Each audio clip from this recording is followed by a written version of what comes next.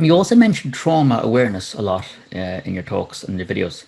Is it not just enough to learn about restorative practice?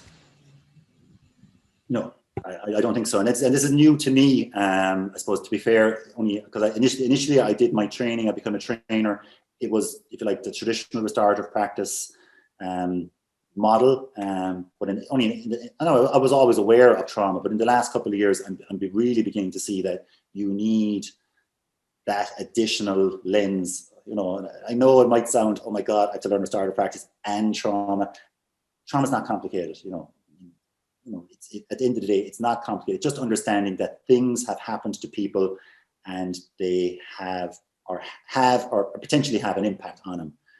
And the biggest thing, just to say this, the biggest takeaway that I'd just like to get across here is just regulating yourself, okay? So when trauma happens to kids, we're talking about kids in school here, when trauma happens to kids, they struggle to regulate themselves, okay?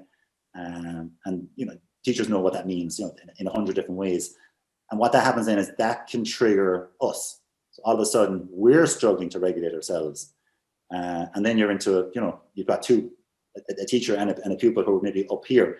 If we regulate ourselves, if we only regulate ourselves, if we only take a breath or 3 breaths and, you know, center ourselves and bring ourselves down, if we only do that, you will bring a student down. But if you're up here and they're doing something and you're asking, well, why did you do that? And why did you do this? And if you're dysregulated, you will never get them down. If you only regulate yourself, you will bring them down a little bit and then add in something like that first question, what's happened, as opposed to why. You know, I suppose those 2 things, center and regulate yourself, will bring your student down a little bit.